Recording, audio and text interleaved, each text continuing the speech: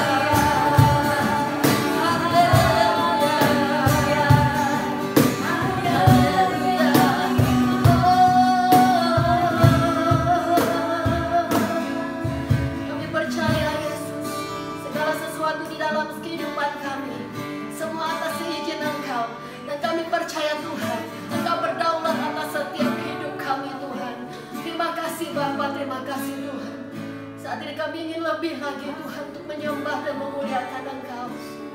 Karena Engkaulah Tuhan segala-galanya di dalam setiap kehidupan kami. Hanya karena Engkau Bapa yang membuat kami ada saat ini tetap kuat menghadapi segala sesuatu yang boleh terjadi di dalam setiap kehidupan kami. Kami tidak akan pernah Tuhan berhenti untuk terus menyembah dan memuliakan Engkau Yesus. Sampai akhir hidup kami Tuhan, kami boleh bersama-sama dengan Engkau memuji, memuliakan Engkau Yesus. Terima kasih Bapa, terima kasih Tuhan. Dengan hati yang sungguh Tuhan kami boleh datang di hadapan Engkau lebih lagi untuk mengagungkan Engkau Yesus. Terima kasih Tuhan, terima kasih Yesus. Engkau Tuhan yang kami muliakan.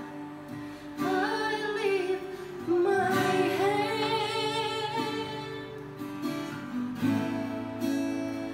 I bring my soul. Setiap waktu kami, all of my days, all of my rights,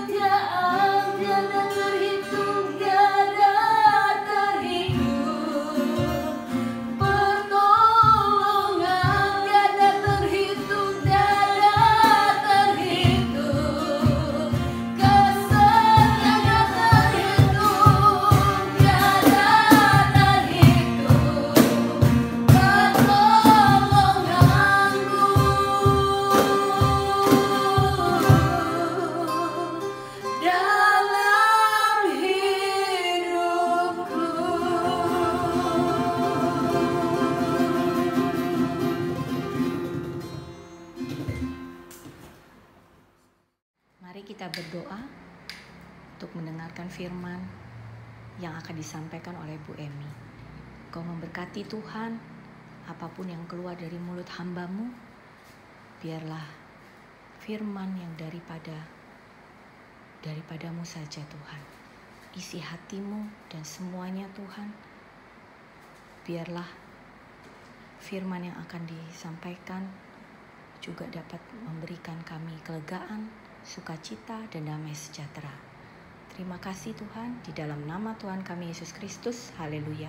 Amin. Shalom, selamat sore jemaat Tuhan yang dikasihi oleh Tuhan. Lama kita tidak berjumpa, tapi saya percaya anugerah, kasih sayang, penyertaan, dan segala yang baik dicurahkan kepada Bapak Ibu jemaat Tuhan semua. Dan tentunya semua ada dalam keadaan yang baik. Puji Tuhan. Mari setelah kita tadi menyembah, memuji, mempermuliakan, bahkan berdoa, saatnya kita akan sama-sama merenungkan satu bagian firman Tuhan dari 1 Korintus 9 ayat yang ke-24 sampai yang ke-27.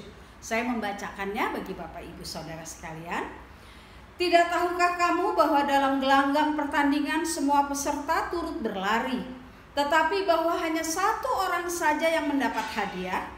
Karena itu larilah begitu rupa sehingga kamu memperolehnya. Tiap-tiap orang yang turut mengambil bagian dalam pertandingan menguasai dirinya dalam segala hal. Mereka berbuat demikian untuk memperoleh satu mahkota yang fana, tetapi kita untuk memperoleh suatu mahkota yang abadi. 26. Sebab itu aku tidak berlari tanpa tujuan, dan aku bukan petinju yang sembarangan saja memukul, tetapi aku melatih tubuhku dan menguasai seluruhnya, supaya sesudah memberitakan Injil kepada orang lain, jangan aku sendiri ditolak. Amin. Ya, tema khotbah saya pada sore ini adalah tentang penguasaan diri. Kenapa saya menyampaikan tentang tema penguasaan diri? Karena hal ini begitu penting bagi kita untuk semua orang percaya. Hari-hari ini kita melihat bagaimana penguasaan diri yang ada di sekeliling kita, yang kita bisa lihat saja di dalam lingkungan kita, di TV, di surat kabar, atau apapun. Tapi sebelumnya mari kita melihat apa yang dikatakan Alkitab, bahwa dikatakan bahwa di dalam sebuah gelanggang perlombaan semua harus berlari. Semua peserta. Ini tidak bicara 1-2 orang, tetapi bicara banyak, bahwa semua yang ada itu ikut dan harus ikut berlari. Termasuk kita yang saat ini sedang mendengarkan firman Tuhan, kita semua sebagai orang percaya, tentunya kita semua ikut berlari di dalam gelanggang perlombaan iman yang disediakan oleh Tuhan bagi kita. Dan di sini dikatakan bahwa ketika sampai menuju akhir kepada finish, itu tidak semuanya sampai kepada finish. Ada yang di tengah berhenti, ada yang mungkin tinggal 3/4, tetapi yang jelas segala sesuatu yang dimulai di dalam pertandingan ini diakhiri tidak dimiliki oleh semua orang. Tetapi tentunya kita yang pada sore ini sedang menyaksikan apa yang sama-sama kita dengar, kita sungguh rindu, kita semua mengikuti pertandingan, dan kita semua mengakhiri dengan pertolongan daripada Tuhan. Dan satu hal kembali yang harus kita lihat di dalam penulisan ayat 25-27 ini, dikatakan bahwa pemenangnya hanya satu, yang mendapatkan piala hanya satu. Dan saya begitu rindu dan saya percaya kita semua akan dan sungguh rindu mengharapkan mahkota yang daripada Tuhan. Amin, ya. Nah, di sini lagi kita harus melihat bahwa apa yang salah satu cara supaya kita dapat memenangkan pertandingan ini adalah ditulis di dalam ayatnya yang ke-25. Di sini dikatakan bahwa tiap-tiap orang yang turut mengambil bagian dalam pertandingan menguasai dirinya dalam segala hal. Ini yang saya maksud. Menguasai diri, penguasaan diri. Kata ini kalau kita melihat akhir-akhir ini, hari-hari ini, di tengah COVID-19 yang sedang kita terus hadapi, ada banyak terjadi tidak adanya penguasaan diri. Bagaimana kita melihat ada orang yang berdemo bergantian, ada orang yang saling melaporkan, itu semua oleh karena tidak dapat menguasai diri. Bahkan berkenaan dengan COVID-19, ada beberapa orang yang tidak mematuhi aturan, tidak bisa menguasai dirinya karena sudah 3 bulan nggak bisa keluar rumah, karena 3 bulan nggak pernah nge-mall, 3 bulan nggak pernah kongko di kafe, nggak pernah ketemu temen, pengen ngobrol, pengen sama-sama, pengen segala sesuatu dilakukan kembali bersama. Tetapi dari apa yang kita alami saat ini, bahwa segala sesuatu yang terjadi, kadang-kadang saya mendapatkan telepon, bagaimana Banjarmasin? Apakah sudah menurun? Masih juga naik. Begitu juga di kota-kota lain. Kenapa? Salah satunya adalah soal penguasaan diri. Ketika kita mampu menguasai diri kita, kita sebetulnya sudah bertindak menjadi orang yang dewasa. Bagaimana penguasaan diri yang dimaksud di dalam 1 Korintus 9 ini? Kita akan melihat 3 hal penting di dalam salah satunya. Kalau kita mau berhasil untuk bisa menguasai diri kita atau penguasaan diri kita. Ini merupakan hanya salah satu cara saja. Yang pertama kita melihat adalah di dalam ayatnya yang di sini saya bawakan Roma 12 ayat yang ketiga. Saya baca bagi Bapak Ibu secara cepat. Roma 12 ayat yang ketiga. Di sini dituliskan Roma 12 ayat ketiga. Berdasarkan kasih karunia yang dianugerahkan kepadaku, aku berkata kepada setiap orang di antara kamu, janganlah kamu memikirkan hal-hal yang lebih tinggi daripada yang patut kamu pikirkan. Tetapi hendaklah kamu berpikir begitu rupa, sehingga kamu menguasai dirimu menurut ukuran iman yang dikaruniakan Allah kepada kamu masing-masing. Hal pertama supaya kita menang, supaya kita bisa mengatasi bagaimana cara menguasai diri kita, yang pertama adalah perhatikan pikiran kita. Ada sebuah buku yang ditulis dikatakan pikiran kita adalah medan perang kita. Pikiran kita bisa berada jauh di depan atau jauh di belakang, atau kemana saja dia berpikir tanpa ada tembok yang dapat menahan. Seperti sekarang ini. Bisa saja di dalam kita menyaksikan satu ibadah, mendengar satu khotbah, pikiran kita bisa kemana-mana. Mungkin bisa ke tempat makan, mungkin bisa di ke luar negeri, mungkin bisa nanti di bulan Januari 2021, mungkin juga bisa flashback ketika kita SMA dan sebagainya. Ini adalah pikiran yang begitu dahsyat, saya katakan. Pikiran yang luar biasa. Dan pikiran ini harus kita kuasai. Dan kita harus sungguh-sungguh membawanya kepada Tuhan. Tetapi sebelum hal itu, saya hanya mau memberikan 2 tips yang begitu mudah.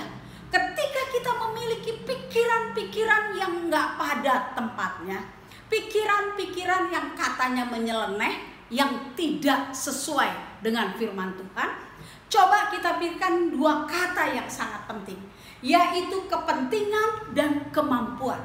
Kalau pikiran kita sudah mikir melantur, nggak tentu arah, pikirkan 2 hal, yaitu kepentingan dan kemampuan. Saya kasih contoh seperti ini, bahwa yang pertama soal pikiran dan juga soal kemampuan, ya, kepentingan dan kemampuan. Saya kasih contoh seperti ini. Misalnya satu kali waktu kita membawa kendaraan, lalu yang namanya orang di jalan ada saja membuat masalah untuk kita.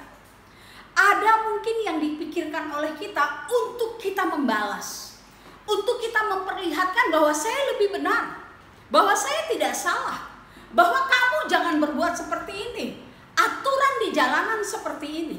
Tetapi mari ketika hal itu kita mau melakukan, yang saya pikir itu adalah sesuatu yang sia-sia, pikirkan kepentingannya itu apa. Apakah ini memberikan satu dampak yang baik? Apakah kepentingannya menjadi satu kebaikan untuk semua? Atau malah menjadikan segala sesuatu tidak pada tempatnya? Sehingga mari kita melihat segala sesuatu dari kepentingannya. Apakah ini bermanfaat? Apakah tidak? Ketika mungkin kita ada orang yang mengkritik, ada orang yang memarahi, ada orang yang tidak suka melakukan sesuatu yang tidak benar, dan kita ingin membalas, mari kita pikirkan kepentingannya untuk kita apa? Bermanfaat atau tidak? Kalau kita menyadari bahwa kita sebagai orang percaya, sebagai orang yang sudah diselamatkan, kepentingan kita adalah berdiri sebagai saksi Tuhan, dan kita harus memperlihatkan ada sesuatu yang berbeda. Kemudian kemampuan, ini yang luar biasa. Kemampuan untuk membalas, kemampuan untuk memukul balik, kemampuan untuk menunjukkan bahwa saya lebih bisa, lebih baik, bahwa saya benar. Ini sungguh bertentangan dengan firman Tuhan. Karena Tuhan tidak pernah menginginkan satu pembalasan. Tidak ada kemampuan orang percaya untuk membalas kejahatan dengan kejahatan. Karena Tuhan katakan, pembalasan adalah hakku. Ini kalau ketika pikiran saya mulai tidak benar, saya mulai memikirkan dua hal, tentang kepentingan dan tentang kemampuan. Amin, ya. Lalu yang kedua, ayatnya yang ke-27. Di sini dikatakan, sebab itu aku tidak berlari tanpa tujuan. Aku bukan petinju yang sembarangan saja memukul, tetapi aku melatih tubuhku dan menguasai seluruhnya. Kita harus menguasai diri kita. Ayat 27. Apakah dengan penguasaan diri hanya sebagian seperempat apa yang ada dalam diri kita? Tetapi ternyata seluruh diri kita harus kita kuasai. Dan saya sangat senang dengan satu bagian firman Tuhan yang mengatakan di dalam Amsal 25 ayat 28, yang di situ dituliskan bahwa ketika seseorang tidak bisa menguasai dirinya, dia seperti tembok yang runtuh, ya. Ini adalah satu gambaran bahwa pada zaman masa perjanjian lama, ketika ada satu tembok yang runtuh dari satu kota, dari satu daerah, maka musuh, binatang buas, orang asing bisa masuk dikuasai. Begitupun dengan diri kita. Ketika kita tidak lagi di sini memperhatikan segala sesuatu yang ada di dalam diri kita, maka kita tidak akan pernah mampu mengatasi penguasaan diri. Dan di dalam ayat 27, untuk menguasai diri dikatakan dia melatih tubuhnya. Dan dalam bahasa rohani, melatih tubuh itu adalah proses kehidupan. Kita tidak bisa berlari dari proses. Kita tidak bisa melepaskan diri dari proses. Proses itu harus dihadapi untuk membuat kita cakap, untuk membuat kita bisa, untuk membuat kita bisa sungguh-sungguh berharap penuh kepada Tuhan. Di dalam kehidupan saya, sebelum saya menjadi seorang hamba Tuhan atau pendeta seperti sekarang ini, saya mengalami banyak proses yang kalau dulu saya pikirkan itu menyakitkan. Saya nggak suka ditempatkan dengan orang yang tidak sama dengan saya, yang nggak cocok dengan saya. Saya berusaha untuk tidak ketemu orang itu. Saya berusaha tidak mau bekerja sama dengan orang itu. Tetapi kenyataannya, mentor saya selalu menaruh saya dengan orang itu. Sehingga mau tidak mau tiap hari saya harus berjumpa dengan dia. Tetapi akhirnya dari situlah saya belajar. Bagaimana Amsal katakan manusia menajamkan sesamanya. Itulah yang saya alami. Dan saya bersyukur dengan orang-orang yang mungkin dulu saya anggap menyakitkan saya. Saya bersyukur dengan masalah kehidupan yang saya alami, kesulitan hidup. Saya bersyukur karena lewat proses-proses itu menjadikan saya pribadi yang bisa dan mampu menghadapi segala sesuatu yang Tuhan izinkan. Ada yang bilang, Bu Emi, kapan proses itu berakhir? Saya katakan, proses itu berakhir bukan dari Tuhan, tetapi proses itu berakhir tergantung dari kamu sendiri. Semakin kita berlari, semakin kita tidak mau diproses, kemanapun kita lari, kita akan menghadapi proses yang sama. Oleh karena itu, berakhirnya proses itu bergantung kepada kita, bagaimana kita mengikuti proses apapun pembentukan yang Tuhan berikan untuk kita jalani, sehingga kita muncul menjadi pribadi yang semakin kokoh. Dan yang ketiga, penguasaan diri adalah buah roh. Galatia 5 ayatnya yang ke-23. Terakhir dikatakan menguasai diri. Dan kalau kita melihat buah ini adalah tumbuh di dalam ranting. Dan ranting ini melekat kepada pokok. Seperti Yohanes 15 ayat 4-6. Kamu di dalam aku, maka kamu dapat melakukan apa saja. Kamu di luar aku, kamu tidak akan mampu membuat apapun. Tidak bisa berbuat apa-apa. Itulah seperti kita. Anak-anak sekolah minggu kan sering ya nyanyi lagu Yesus pokok dan kitalah carangnya. Ya, kita carang yang melekat. Kita carang atau ranting yang melekat kepada pokok kita, yaitu Tuhan Yesus. Di dalam Efesus yang 2 minggu lalu saya sampaikan bahwa kita bisa berubah menjadi dewasa, kita bisa berubah menjadi orang yang sungguh-sungguh menjadi dewasa ketika kita tertancap kepada Kristus, melekat erat kepada Kristus. Bagaimana caranya? Di dalam setiap perenungan kita, di dalam setiap doa kita, di dalam setiap bacaan firman Tuhan kita, di dalam ketaatan dan penundukan diri kita kepada Tuhan, kita terus bergaul karib dengan Tuhan. Tidak bisa satu proses berakhir dengan baik, tidak bisa kedewasaan terjadi tanpa kita menempel atau mengikat erat bersama dengan Tuhan.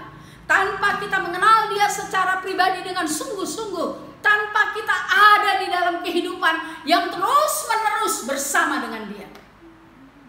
Disinilah kita melihat kedekatan kepada Tuhan, melekat kepada Tuhan bukan satu anjuran, tetapi satu keharusan untuk terus kita berbuat. Saya merasa tidak mungkin misalnya seorang pelayan Tuhan yang luar biasa. Saya pernah mendengar kesaksian satu WL yang luar biasa ketika menyampaikan pujian, penyembahan. Ini pun saya hanya mendengar ya, saya mendengar dalam satu kesaksian bahwa WL ini menyembah, memuji dengan luar biasa. Banyak orang dijamah, lawatan Tuhan terjadi. Tetapi ada satu wanita yang ada di dalam ibadah itu, dia tidak merasakan apa-apa. Bahkan seperti mencemooh sang WL. Kemudian ibu yang di sebelah bertanya, apakah kamu tidak merasa hadirat Tuhan? Tidak. Apakah kamu tidak merasakan bahwa WL ini sungguh-sungguh diurapi oleh Tuhan? Tidak, dia bilang. Lalu dengan marah dia katakan, saya tahu siapa WL itu. Dia bisa menyembah, dia bisa memuji, dia bisa menaikkan segala yang indah. Tetapi di rumah, saya istrinya, saksi hidup, saya dimaki, saya dikata-katai, dia berlaku tidak benar, dia ringan tangan, dia bukan seorang suami atau ayah yang bertanggung jawab. Di sini kita melihat bahwa tidak akan mungkin kita bisa melayani sementara pribadi yang lain kita menjadi orang yang lain. Di sini kita harus melihat yang namanya penguasaan diri adalah di segala lini hidup kita. Di gereja saya harus bersikap sebagai seorang gembala. Di rumah saya pun harus menjadi seorang gembala. Di komunitas saya pun harus sebagai seorang gembala yang takut akan Tuhan. Bukan berarti saya mengkondisikan diri saya di mana saya berada, disitulah saya bersikap. Tidak.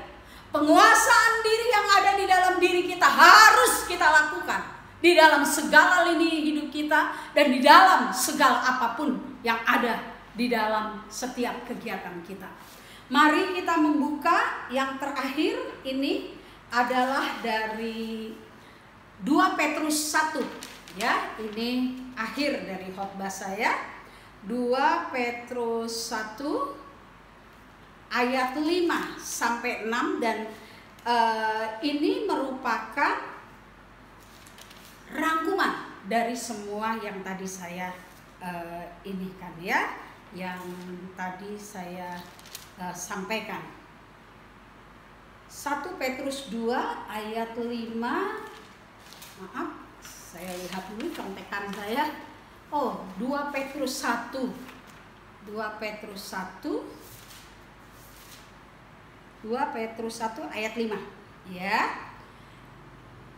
Justru karena itu kamu harus dengan sungguh-sungguh berusaha untuk menambahkan kepada imanmu kebajikan. Beriman kepada Tuhan Yesus, menerima Dia sebagai Tuhan dan Juru Selamat adalah dasar dari kehidupan kita. Tetapi nggak sampai situ. Karena Yakobus katakan iman tanpa perbuatan adalah sia-sia. Kita diselamatkan bukan oleh karena perbuatan, tetapi ketika kita diselamatkan oleh karena anugerah, maka sebagai ungkapan syukur kita harus melakukan kebajikan. Kita harus mengasihi sesama. Kita harus bertindak untuk melakukan yang terbaik bagi sesama kita, apalagi di dalam masa COVID ini. Berbagi, memperhatikan, bahkan menguatkan. Apa yang kita punya kita bagi kepada yang berkekurangan. Dan kemudian tidak hanya sampai di situ dikatakan bahwa kepada imanmu kebajikan, dan kepada kebajikan itu pun pengetahuan. Kita memberi bukan karena charity, bukan karena kemurahan apa yang supaya dilihat, supaya dipuji orang. Tetapi kita memakainya adalah oleh karena Tuhan yang sudah terlebih dahulu mengasihi kita, yang sudah terlebih dahulu memberikan yang terbaik, maka kita pun bisa memberikan oleh karena Dia sudah memberi yang terbaik. Sehingga pengetahuan kita tentang kebenaran adalah sesuatu yang tidak bisa dipisahkan. Kita mengenal kebenaran, kita hidup di dalam kebenaran, dan kita melakukan kebenaran itu. Pengetahuan itu adalah sesuatu yang penting. Ada banyak orang yang sekolah teologi atau yang sekuler sampai mentok di profesor dan sebagainya untuk lebih mengetahui. Tetapi lihat ayat yang ke-6. Tetapi juga kepada pengetahuan itu adalah ditambahkan penguasaan diri. Ilmu tanpa penguasaan diri sia-sia. Teologi tanpa penguasaan diri sia-sia. Pelayanan tanpa penguasaan diri sia-sia. Tetapi di dalam kehidupan kita, iman, kebajikan, pengetahuan, tambah dengan penguasaan diri kita di dalam segala lini hidup kita. Kita bukan lagi menjadi orang yang merasa serba tahu, serba paham, serba mengerti, serba bisa, sehingga memandang orang rendah dan sebagainya. Tetapi di sini dikatakan kita diberikan penguasaan diri. Semakin merendahkan hati di hadapan Tuhan, semakin dipenuhi oleh hikmat, semakin dipenuhi oleh segala dikatakan adalah kebajikan. Dan kepada penguasaan diri akhirnya ditambahkan itu maju lagi ketekunan. Kita semakin bertekun di dalam Tuhan. Kita semakin berserah penuh kepada Tuhan. Kita semakin melihat bahwa hidup kita tidak ada apa-apanya kalau bukan Tuhan. Dan kita melakukannya seperti tadi orang yang bertanding, tekun, fokus di dalam bertanding. Arahnya hanya kepada Kristus. Arahnya hanya kepada satu kemuliaan untuk Tuhan. Tidak memikirkan hal-hal yang lain. Dan akhirnya kepada ketekunan adalah kesalehan. Kesalehan kita bukan lagi kesalehan yang dibuat-buat, tetapi sungguh merupakan satu kehidupan yang seutuhnya hanya mempermuliakan Tuhan. Amin. Penguasaan diri sangat penting dan harus bisa kita dapatkan atau ada di dalam hidup kita supaya apa yang Tuhan beri tidak menjadi sia-sia dalam hidup kita. Karena dikatakan di dalam 1 Yohanes 3 hal yang Tuhan tidak senang adalah keinginan mata, keinginan daging, dan terakhir keangkuhan. Itu adalah lawan dari orang yang tidak bisa menguasai diri. Tuhan sungguh-sungguh mau kita semua menjadi orang-orang yang dapat menguasai diri kita. Kiranya firman Tuhan ini menjadi berkat, dan mari kita berdoa. Bersyukur, berterima kasih untuk bagian firman Tuhan, kiranya menolong kami di dalam masa COVID-19 untuk kami menguasai diri kami sehingga kami bisa tenang dan bisa berdoa. Bisa tetap melihat bahwa anugerah kasih Tuhan itu besar bagi kami. Dan segala sesuatu yang terjadi oleh karena COVID ini semua ada di dalam kontrol Tuhan. Dan Tuhan yang memberikan pertolongan kekuatan, dan biarlah kami terus berjalan bersama dengan Tuhan. Memberkati setiap jemaat Tuhan. Walaupun sudah 3 bulan lebih kami tidak bisa beribadah, tapi kami percaya Tuhan hadir di rumah kami masing-masing. Firman-Mu ada di dalam kehidupan kami. Bahkan kami terus dikobarkan, berdoa, memuji, memuliakan, dan percaya penuh kepada Tuhan. Terima kasih, berkati Tuhan setiap jemaat yang mungkin ada dalam kelemahan, yang mungkin ada dalam masalah. Kiranya Tuhan menjamah memberkati mereka. Juga memberkati setiap daerah yang ada di Kalimantan Selatan. Biarlah Tuhan memberikan hikmat kepada para pemimpin di dalam menanggung atau mengalami atau juga melakukan yang terbaik bagi COVID-19 di dalam segala penanganannya. Juga kerinduan kami untuk boleh beribadah kembali bersama. Biarlah waktu yang terbaik yang Tuhan berikan kepada kami. Tetap menyerahkan seluruh DSCM yang ada, bahkan Bapak Gembala Senior dan keluarga, juga Wakil Gembala, bahkan juga pemimpin kami. Berkati semuanya sehingga apa yang terjadi saat ini membawa kami semakin melekat erat kepada Tuhan.